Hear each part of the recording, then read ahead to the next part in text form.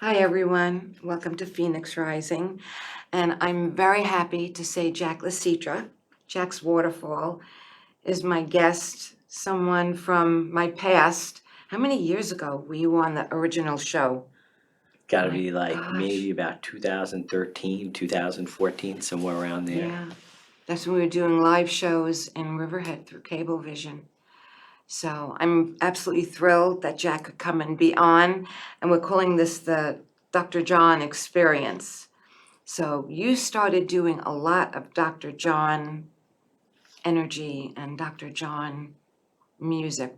When did this start? I saw you last summer doing this, so you always had this flavor, so explain to me a little bit.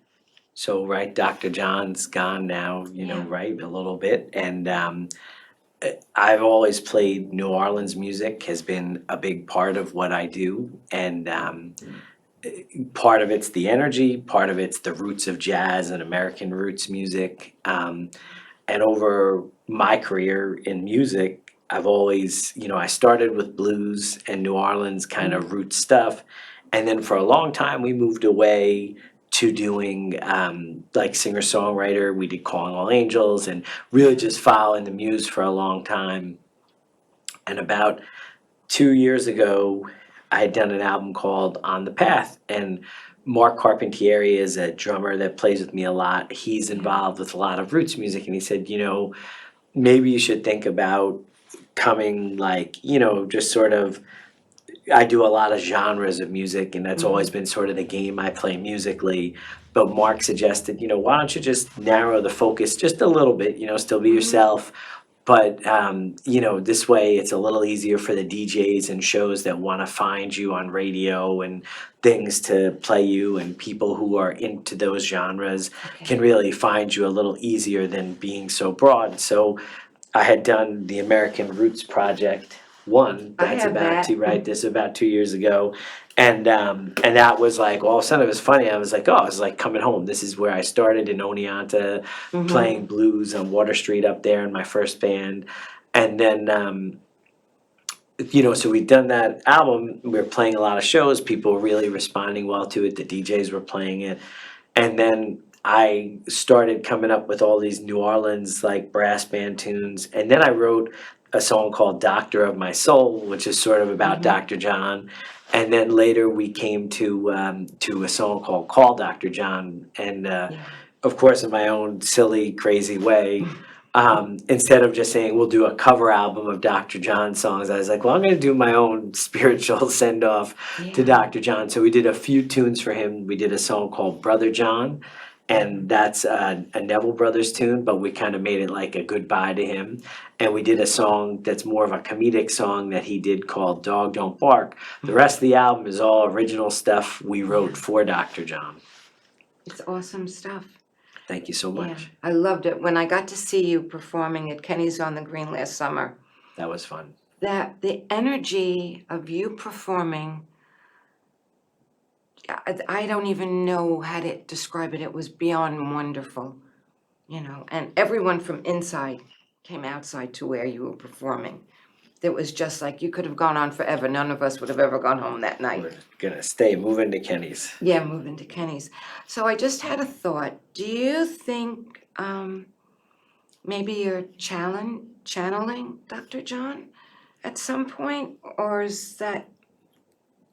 Well, so right, that's it's funny, right? So Dr. John comes from right his character that right. So he's Mac Revenak, and there's I guess like a voodoo priest named Dr. John, right? He started to become in character, right, and kind of bringing on that energy when he first did his career, and then he sort of mellowed out into more of the Dr. John that everybody knows. Like as his albums went on, he became the funky, laid back New Orleans with guy. that wonderful feathers coming out of his hat. Yeah. Cool hats, berets, right? And then he became a producer and piano player for so many.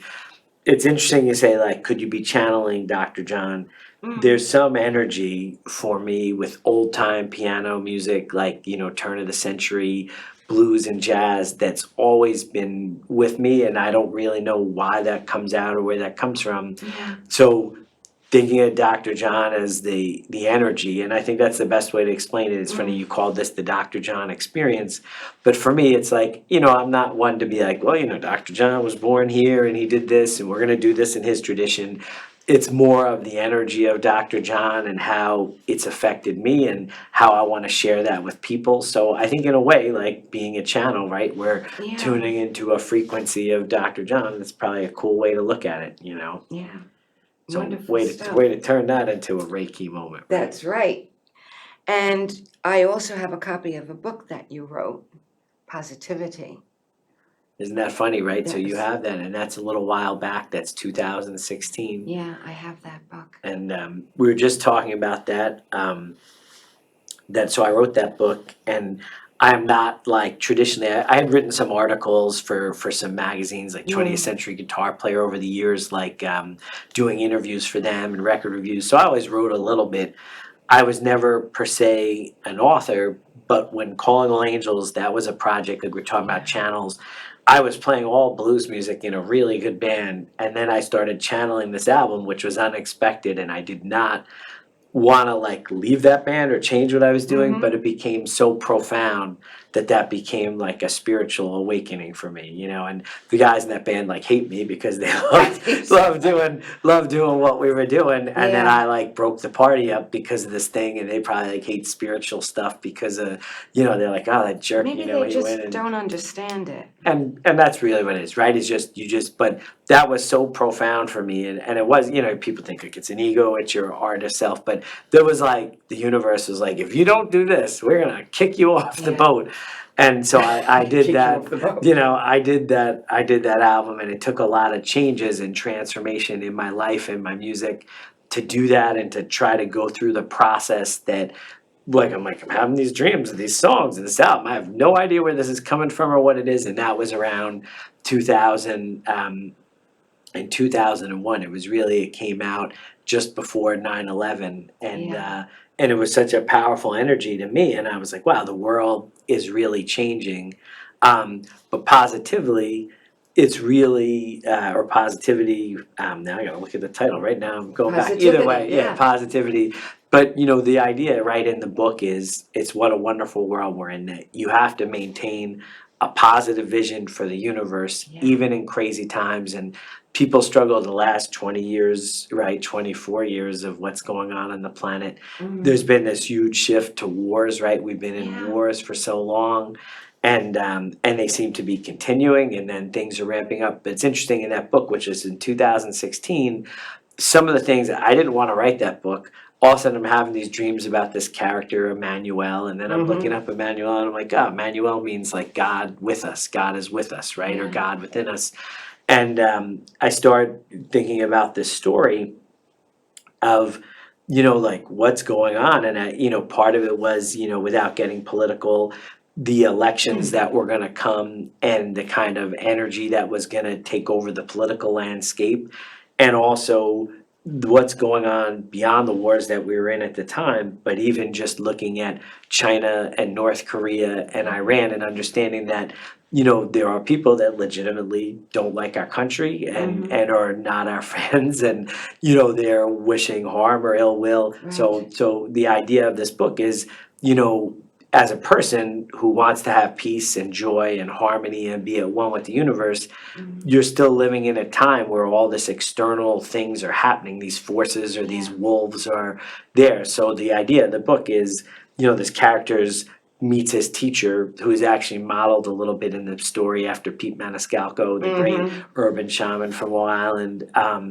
But he's trying to come to terms with, like, how do I contribute in the world when all these big things are happening and they're distracting or taking away my energy? And he says, ultimately you have to maintain that positive vision for your life and the world and those around you, and not let people throw you into fear and get you engaged in squabbles and fights, and in big fights too. So, so that's the vision.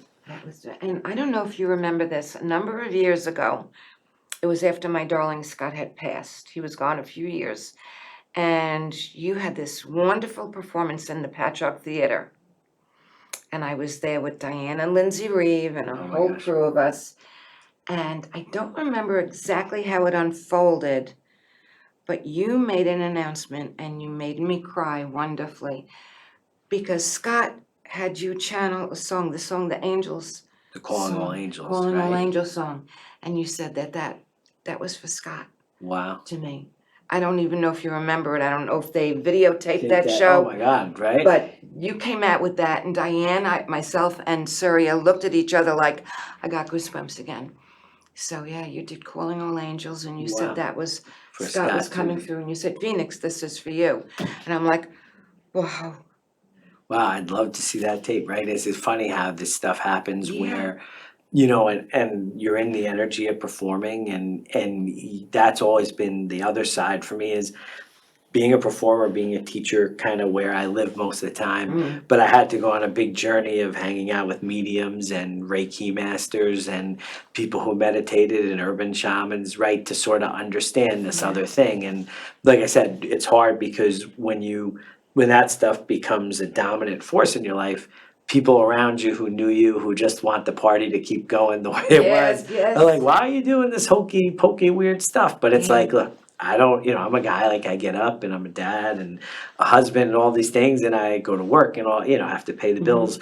But I also feel this powerful energy inside myself that I don't say like, I'm gonna just do this and be some weird guy, it's just within you and you have to, it's out of the normal for most people's day-to-day life Yeah. where they are safe and comfortable, but yet without carrying that energy and people understanding that you're on a planet this time, which is changing a vibration, and right, that's the real battle going on in the world is there's an energy coming, and whenever something good and is of the light comes into the world, there's all these things that kind of try to, what do they say? Wherever something good is happening, something bad is happening, or something bad tries to stop it, I guess is the word. So that's always been interesting to me is, right, I try to stay with my feet on the ground and live a pretty balanced existence, but you can't stop the energy, and to deny it or to live without it or to not make that part of your life, is hard. And when you let that in though, you could be in a show and something comes through and And you it was just,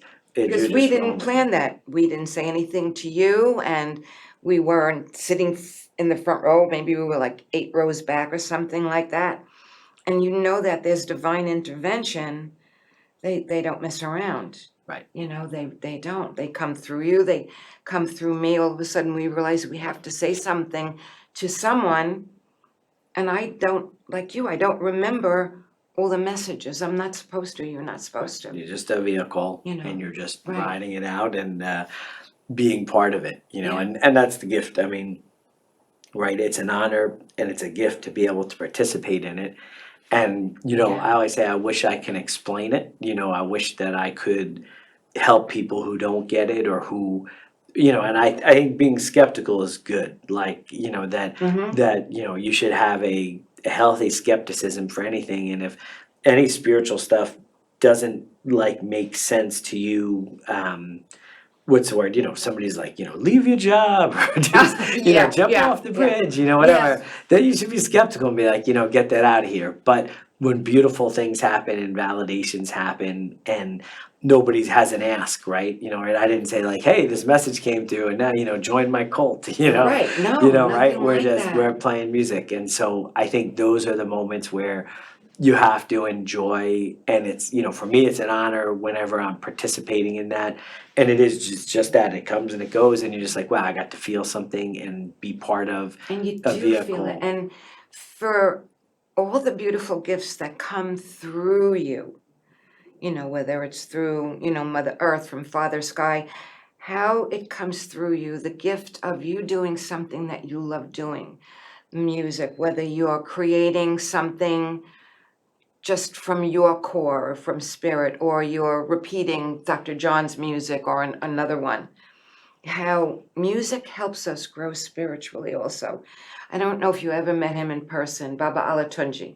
I never met him, but I know some of his disciples. Oh my you could goodness, say, he right? was my first drum teacher. I had a crush on him when I was a kid, when I first heard Drums of Passion years ago. Murray the K, my sister had that on the radio, and I was like, I need drums. My parents, we had no idea what I wanted, but they brought me bongos. These guys in Rockaway, Queens were teaching me on the bongos, but How awesome is that? it was just amazing because I got to dance for him and I got my first djembe lesson from him. So being in his presence was absolutely beautiful, and he never yelled. When he walked into the room, he spoke very softly, never raised his voice, and at his going home when he passed away, the going home ceremony was at Riverside Chapel in Manhattan, and Mickey Hart was the lead drummer bringing down this procession. There were people there, Jack, from all over the world in different African regalia. And I was talking to Susan Bailey about it. The coming together and spirit flowing through with the music that was happening, because Mickey Hart and the other drummers coming down weren't doing anything that was rehearsed. Everything was being truly channeled at that moment in that procession. And how music does that, how it comes to your core from someone else's core, and how it's shared in the beautiful, like an infinity sign, how it's weaving its way through. I hope what I said makes sense somehow. It totally makes sense, and Yeah. right, and that's the the power of somebody like Baba, right? He brought the drum really to America, right? Yeah. And as a teacher, right, he taught these drummers like Sangha, the Valley, who then Yes, I remember him well. brought Sangha, brought that to the Long Island group of drummers, and then Rosemary Serrazzo Yes. and Earthbeat really gathered a tribe of drummers, and then that's where my root in drumming comes from. Is I studied a bit with Rosemary, and then that led me to the drum circles, and then I met Rip, and I met Richie Oh, Guerrero. may he rest in peace too, dear Rip. Yeah, And Tracy Hamilton. Right, and later, right, so now Yes. Tracy Hamilton and and Chris J, right, there are kind of Yes. people out there doing it locally now. So the Long Island drum scene and culture kind of came into my life parallel to performing and getting into Reiki too. So the drum and its healing power, always a huge thing for me. Yeah. Just got back from Connecticut this weekend. We did a drum circle for kids and adults on Saturday, and I love sharing that. I have my own kind of spin on it. It's funny, John Ward, Djembe John. Yes. Send him my love when you see him. Well, a great facilitator, and I would go to his classes. He was really into and this is what I mean, it's funny, right? He's a really detail-oriented guy and into the traditions and the specific, the rhythms and the parts and things like that. So I picked up a bunch of things from him and from other drum teachers. But it's funny, like I go into the drum circle and I'm like, I'm gonna be your gateway drum. I'm gonna help you figure it out between there and the beginning, So it's all. I think I'm more the energy and the channel thing and the rules we kind of throw in there as we go. But everybody has their own bend and way they're coming at it from. It's a wonderful community, isn't it? It's amazing, and we're blessed, and because we all get busy, we don't get to appreciate it enough. Yeah. So could I ask you to share your gift with us and Let's play some hit music. that piano, honey? All right, Would cool. you? We'll get a sip Okay. of water and clear my throat. All right. And we'll play some music. Whoa, I got a trip. Did you want to dance? We'll do a little dancing on TV. Yes. So yeah, we'll call Dr. John and Call in Dr. John. see what he's got to say, right? All right.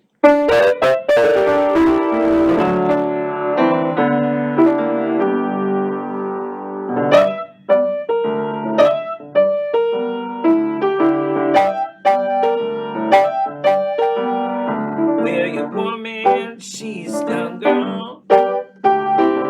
Surely down, you wrong. Call Dr. John. Yeah, Dr. John. Some guy been sneaking out, leaving you in doubt. Call Dr. John. Yeah, Dr. John. Put those records on, let them play those funky songs, help you hold on.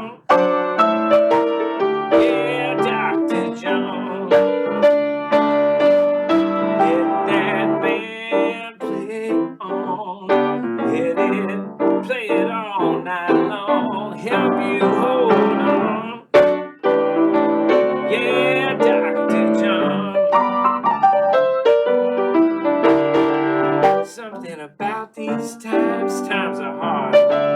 Just don't seem to rhyme since he been gone. Yeah, Dr. John. Rhythms don't feel right. They don't feel right. Acting all uptight. Dr. John. They can't seem to move on. Put those records on. Let them play those funky songs. Help us hold on. Yeah, Dr. John. Let the band play on. Let them play it all night long. Dr. John. Dr. John. Yeah, Dr.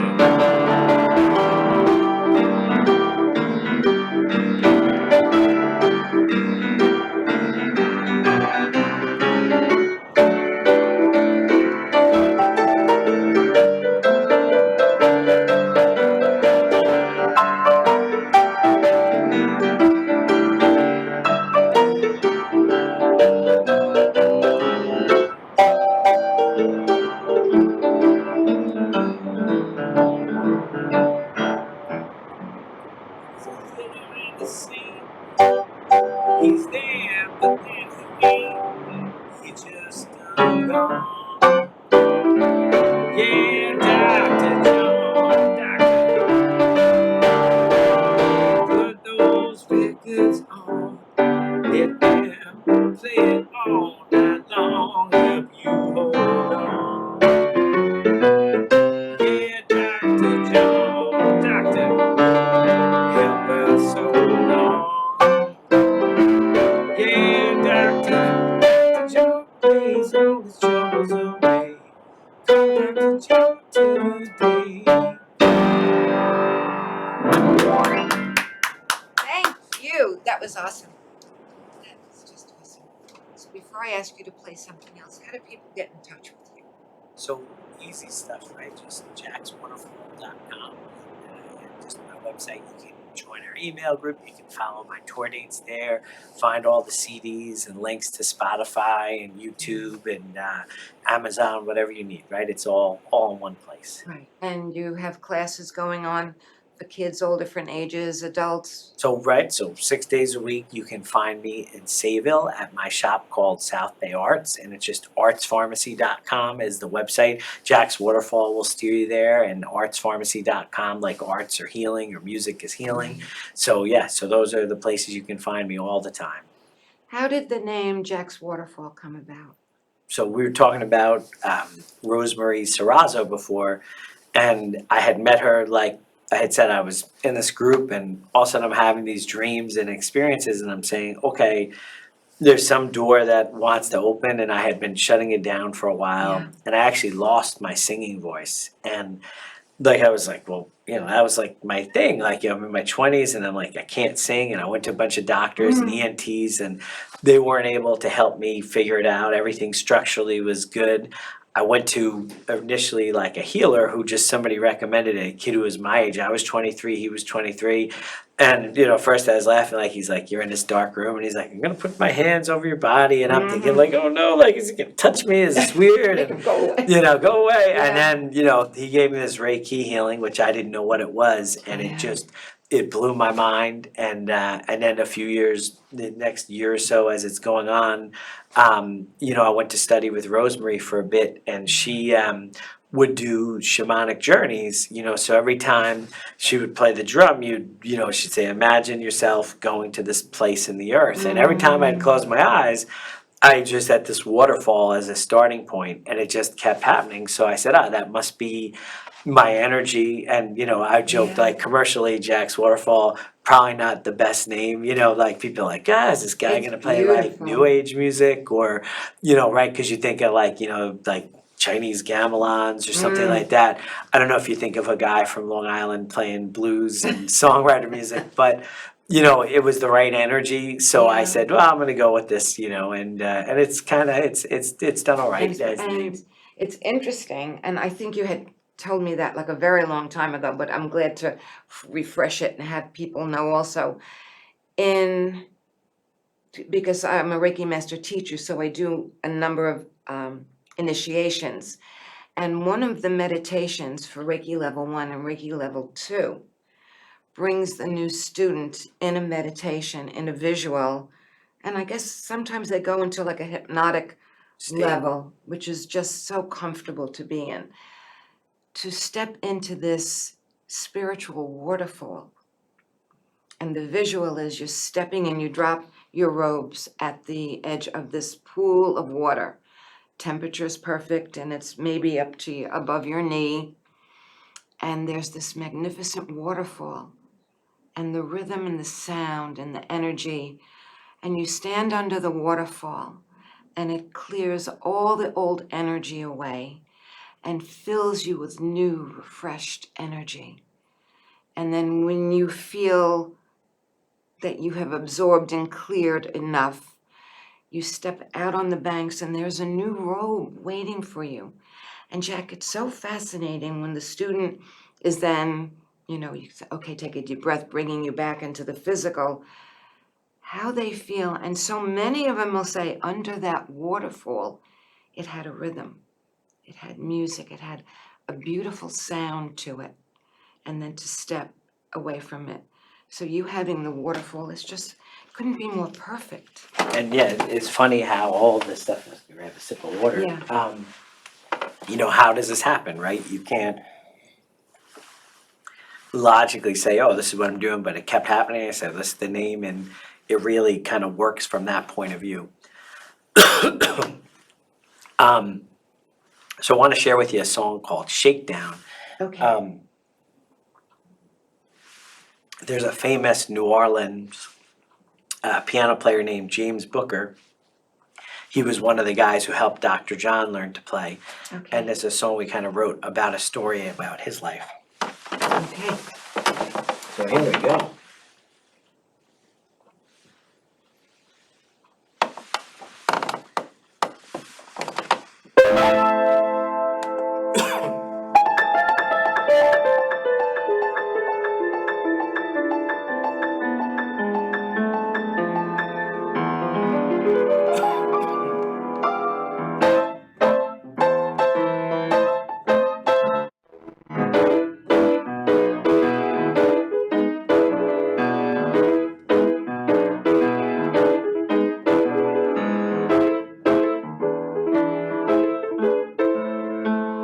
James Booker taught little Harry to play, so his dad wouldn't lock him away. Good to be the son of a DA, where the world got a gift, Booker's music still plays. Shake down, turn it around. Shake down, turn it around. Shake down, turn it around. When everything happens, try a little each day. I saw a world that was up in flames. People looked at each other with venomous hate. I saw a child with a flower in his hand. Well, he walked right up and gave it to the band. He said, shake down, turn it around. Shake down, turn it around. Shake down, turn it around. When everything happens, try a little each day.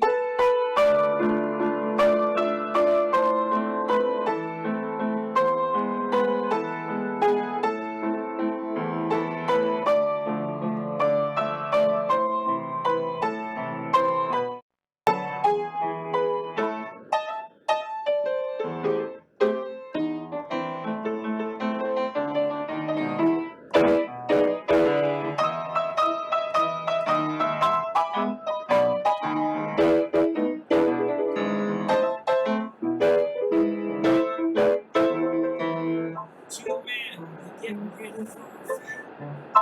The priest looked up and asked God why. The mother walked over and drew a middle line. Well, she looked both men right. she said.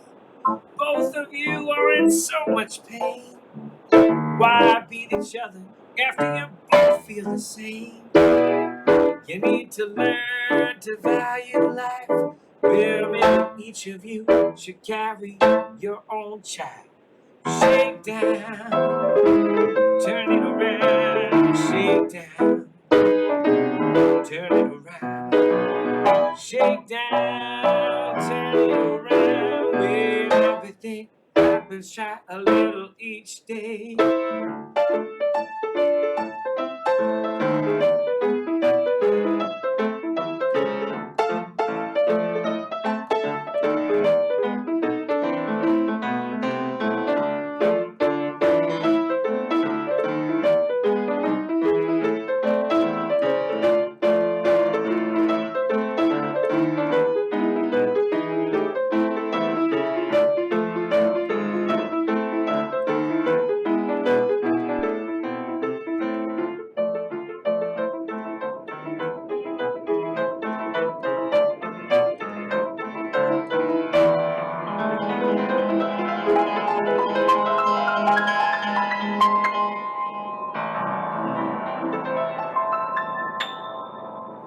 Brava.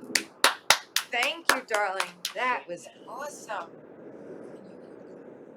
That's from the new CD, which is called Dr. John. Oh my goodness. And yeah, some people keep saying calling Dr. John, I think, because they hear me and what you call calling all angels, right? Yes, so it's kind of yes. funny. But for me, that's the hard part of all this is it's very subconscious. It just a lot of these things happen, and then whether it's circumstance or somebody's idea or an idea just comes or a song shows up, and then You're a now messenger. we're calling Dr. John, You're a messenger in so many ways, and sharing your gift. I feel that this is such a blessing to have you on the show after Thanks, so long. thanks for having me. You're a very special individual, honey. That's very, very kind, nice. So with Reiki, you became a Reiki practitioner also? So, I got to this thing with my voice, and it was a Reiki healing, and then working with this healer a few times that, it did a few different things for me. One, obviously the energy moved so much in my body and emotionally and kind of opened me up. Which you felt from the first time he worked with you. He worked with me, yep. And then I went back for a few more healings, and with those healings, then he taught me about diaphragmatic breathing. And then I thought interesting about this was, I had never done psychotherapy before, but all of a sudden you're doing the energy work and then you start talking about things, and I was having a bunch of dreams, and without even knowing, you talk about naive or whatever, I was going through all these things, and I went to this healer, and the next thing I know, I'm sitting, I usually write songs, but I actually stopped writing songs for a few months, and every night I took out a journal and started writing stories, like short stories, which I don't know where they came from or what happened with that. And so that was the beginning of me saying, wow, energy healing is very fascinating, and as an artist and an intuitive person, it opened so much up. So Deborah Anderson, I don't know if you knew Debbie, her husband John was John Sawa of, he was originally the Peppered Owl chef in Huntington, and then he became part of Paula Jean's for a long time. I remember So Paula Jean's. spending a lot of time with John, I knew Debbie, and I said, oh, she's teaching Reiki. So I went and I did a Reiki 1 class. And at the time, I was so knocked out by the healing that I thought maybe I would stop performing, and I thought maybe I should be just doing healing work and learn how to do this. And so I go to Reiki 1. It was a 2-day class. And the second morning, or the second day, I come in, and Debbie comes up to me, and she doesn't know me that well, or she knows me through John a little bit, but doesn't know much about me or what I'm thinking. And she's like, I had a dream about you last night, and it's really specific. And she comes up and she says, I'll only finish this class with you today. And I was like, well, I paid. No, but, she said, I'll only finish this class with you today if you promise me right now that you will continue with music and that you'll use what I teach you and what the energy is through music. But she's like, you know, you can do healing, but she's like, you know, if you were thinking about leaving music, and I didn't tell her any of this, she's like, I'll only do this if you continue with the Right. music, like, because that's your purpose, and this is something to help you with it. And so it was really interesting. I was like, wow, this is like the police, they're after me, you know, and I'm having this thought, and, you know, like I can't even, you know, get through day 2 of this. Yeah. And so it was very validating, it was fun. But I also say to people, you know, if you want to be confused, take a spiritual journey, because the messaging and trying to get rid of the old and bring in the new at the same time, and that process of integration and development, Yeah. it takes way longer than anybody could ever imagine. It's True. way harder psychologically and spiritually to integrate and to look at yourself on the levels as you develop. People don't talk about that a lot. You know, everybody's like, oh, I read this book and I want to manifest. And Or, here I am, all doing this and that and the other thing. right, and I flipped you a need switch. And, patience and compassion for yourself. You know, to treat yourself as you treat someone else that you feel needs kindness and patience and compassion. If we don't do that for ourselves and honor what we're going through and clearing or growing through, how can we do it for someone else? right, and yeah, you know, and I think when you're going through a journey like this, for me, teachers told me about, right, you have to study your environment, who you're around, how you're Yes. behaving, how they're behaving. And then you realize, like, you have to leave a lot of environments. So you do a lot of leaving, and people feel judged when you leave. But it's like, you know, they say, right, you know, everybody's at the party, so when you leave, you go into like isolation. Yeah. And those are the difficult parts of the path. And I always say to practitioners, like, if you're going through that, it's normal. That's what happens, because you're Yes. the long distance runner. You're going out on a path where not everybody wants to go yet. You know, it's people are So in their true. safe zone. And then I say to people, like, if somebody's in your life and they're taking this journey and they have to leave you behind, don't take it personally. You know, and that person shouldn't be judging you as they're leaving. You know, it's very hard to do the new while you're doing the old. And, you know, it's almost impossible, I think, right? So you have to, It is, at yeah. least at points, you can go back and revisit the old, you can stay in the old till you're ready to leave to the new, but at some Mhm. point, you have to move to the new, and it's very confusing, it's very difficult. There's really no good book, or I've never seen any teacher really explain It's that lived part of the experience. process. It's an experiential thing, and only those who have taken the journey, I think, could sort of pat you on the back and say, like, this is tough, you know? And it's okay. For me, some of my students over the past 30-something years don't want to let go. It's almost like, stay, hold my hand, Phoenix. And I'm here. You could always call me if you have a question, but it's like a mother bird. Okay, sweetheart, time to leave the nest. Right. It's really, you have all the tools, but there's, for whatever reason, there's some hesitation. It's like, oh, no, I don't want to go. I want you to go with me. But this was a part of your path, and you're going this way, and I'm headed this way. Right. I have more work to do on this, that, or whatever. And open up this, one of my most recent students, a lovely gentleman, he found his calling, and we just chatted about it the other day. He's going to be working with East End Hospice. Wow. Which people judge books by the cover at times still. So he's this guy from the Bronx, you know, and he comes across like this big tough guy, but has got most gentle, beautiful heart of gold. And he said he has to do this, you know, and what a beautiful thing for him to be aware of, to do this. And I have a hospice story. So right as I'm doing Reiki, always connected to my father, who I lost. And, you know, you feel those who are gone connected to you, almost like Yeah. a medium.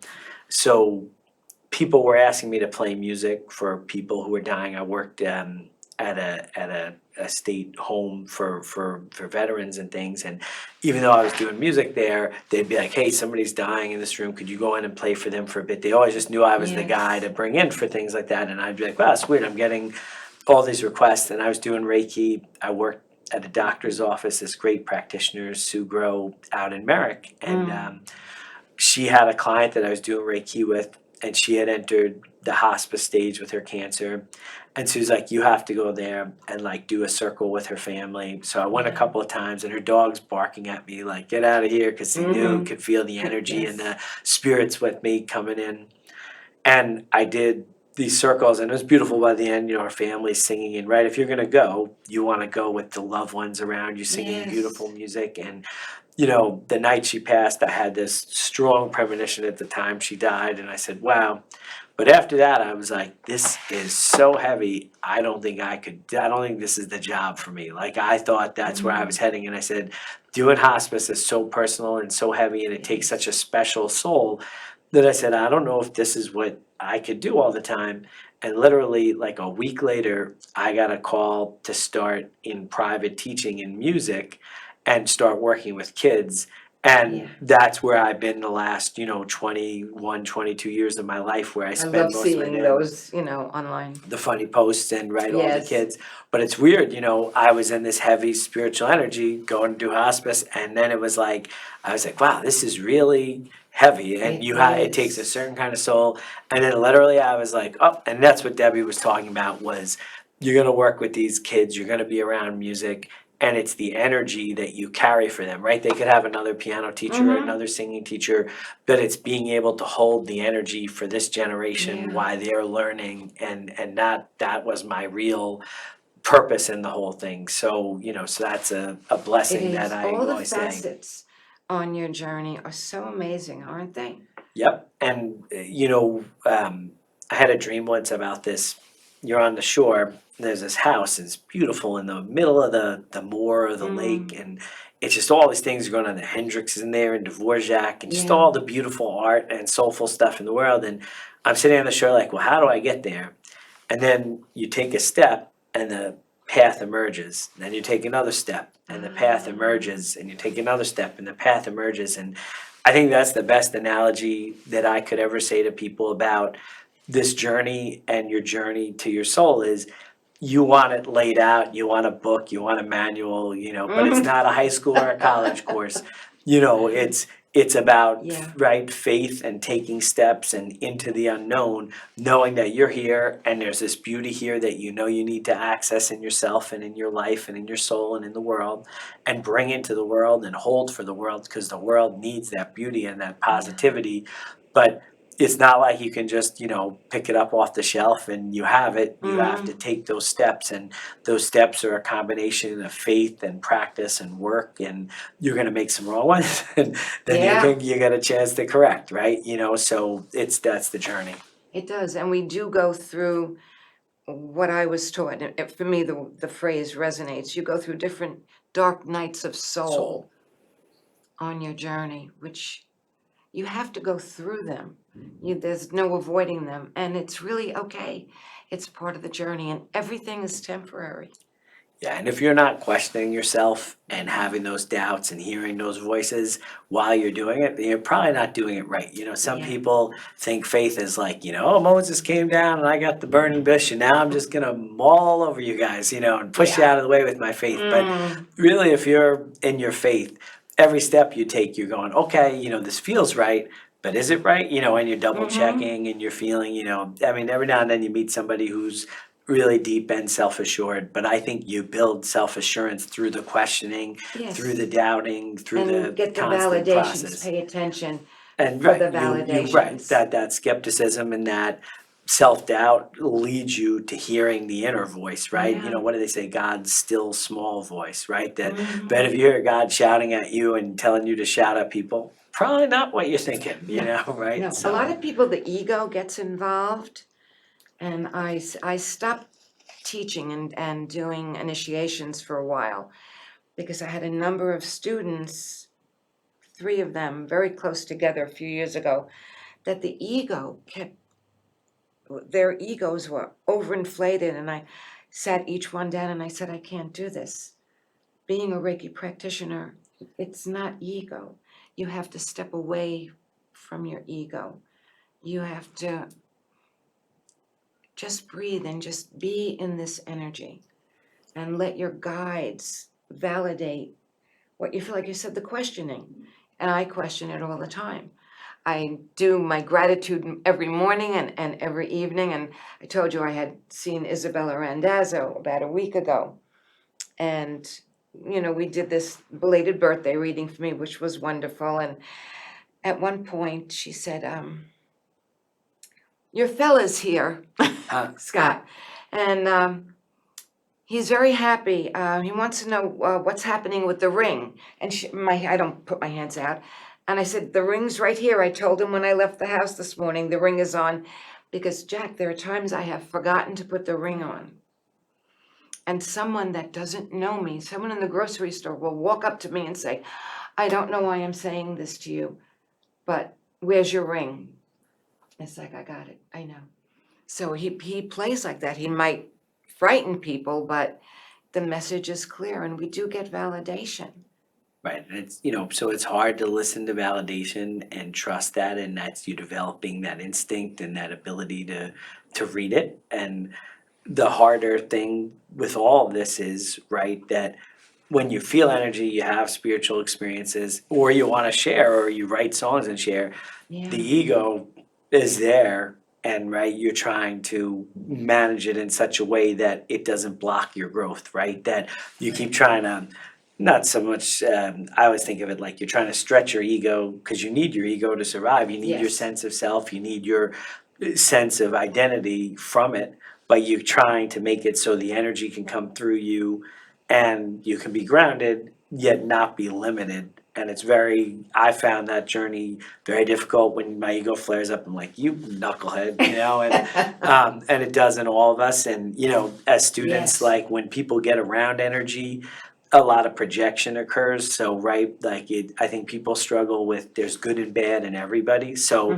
we tend to think, well, somebody's teaching spiritual stuff, they have to be perfect, or they can't make mistakes, or that person's life is all perfection. To understand that it's really the which wolf are you feeding, right? Yes. That right, you're trying to feed the peace and the joy and the wonder and delight, but you live in a world, and sometimes it's your ego, and sometimes it's financial, and sometimes it's external validation or whatever. So, or you could have an addiction that comes back up. So all these things are the humanness of, right, you could be a messenger, it doesn't mean you're perfect, so we're all trying to balance and put it all together. And because that's happening to more and more people, because it's happening more publicly, it's great because there's great information, but still, like, Sting has that great song, All This Time, and he says, men go crazy in congregations, but they only get better one by one. He takes that old adage, and right, the spiritual journey in the end comes down to one person at a time, no matter how much there's a movement and a growth on the planet, and that's, continued and will continue on. And we have to do the work ourselves. There are people that will come to practitioners like myself, or an osteopath, or a doctor, or a psychic medium, and they will go from one to another until they hear what they want to hear. And a woman had come to me a number of years ago and said, well, I have an appointment with you today, and I'm here for you to heal me. And it's like, no, that's not how it works. It's not how it works. I have my medicine bag, I call it, and I will share with you what's in the medicine bag, but you have to do the work. Yeah, everybody has skin in the game, We so. definitely do. And yes, and none of us we're all perfect in our imperfections. Because if people assume that you have smooth sailing, or that I have smooth sailing every day, that's really a big misconception. Right. I still learn from my bumps, hopefully from the first time I hit the bump, but yeah. Yep, no, and that's what, like I said, if you don't listen, they knock you off the boat a little bit and shake you up, but that's part of it, and that's the game and the learning, and sometimes the fun part, sometimes the painful part, but that's the heart of it, and being in the energy and that gift and blessing, it's worth it. And but it does take some work, so it's good stuff. It is. And can you believe we only have like 6 minutes left Well, to the show? we went fast, right? It flew, and I never, and I hope I can continue doing this, I never have a script. We never rehearse. You and I didn't even talk on the phone. We just texted back and forth. Yes, you can make it this time, blah, blah, blah. When it's when it just flows authentically. That's what's perfect for me. Right, just happens. It Time, just time, happens. time, I had no idea of where our conversation was gonna go. I knew you were gonna play the piano.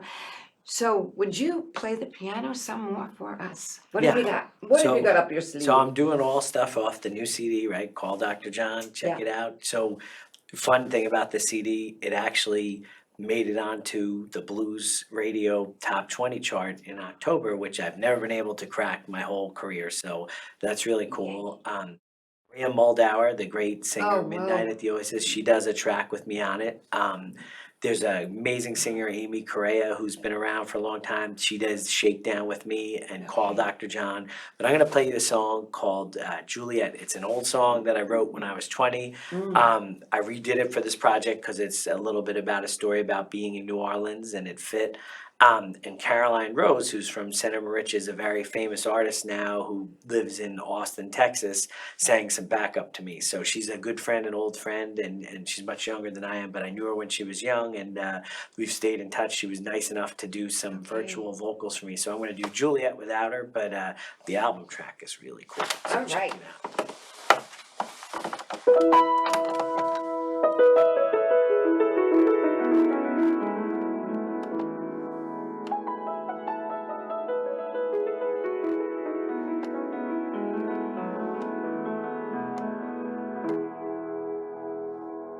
Juliet, we go to the bayou someday.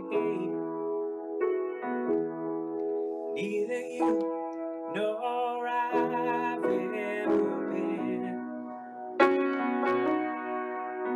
Hot nights and crawfish, Tanqueray, like a dream that we're living in. Oh, darling, do you love me? Hey, baby, do you love me? Girl, you settle for bleachers a cold summer's eve. Mosquitoes ain't quite as big. We got the car, baby, the upholstery.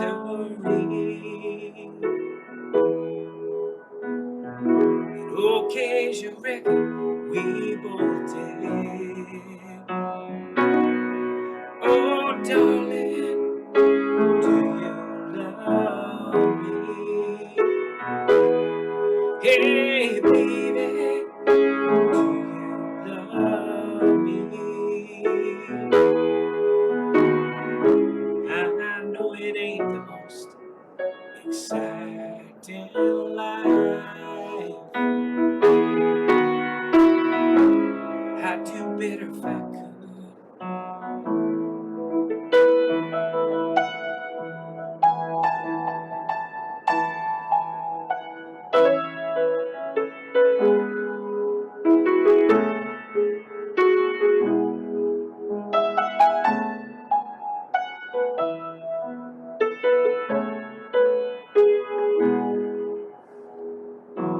Julie, you and I could quietly sleep. Both try, share the same dreams. We got lots of time, babe. If time don't leave, if you run, we could make New Orleans. Oh, darling, do you love me? Hey, baby, do you love me? Oh, darling, do you love me? Hey, baby, do you love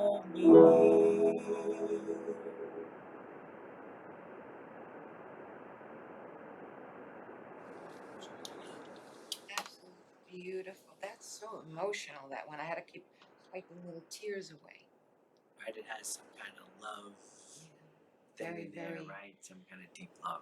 yeah, very strong emotions in that. Very. So I'm feeling it. Well, love to you, my friend. So And love to beautiful you. hanging out.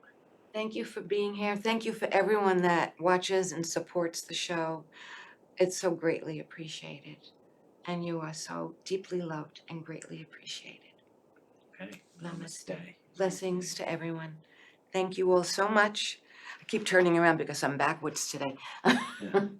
And it's just been magical and wonderful. Thank So you, we'll dear see you one. soon, okay? Peace, I will Phoenix. see you soon. Yeah. Right All on. right, and I'll see all of you soon. So close your eyes, take a nice deep breath, and breathe. Thank you.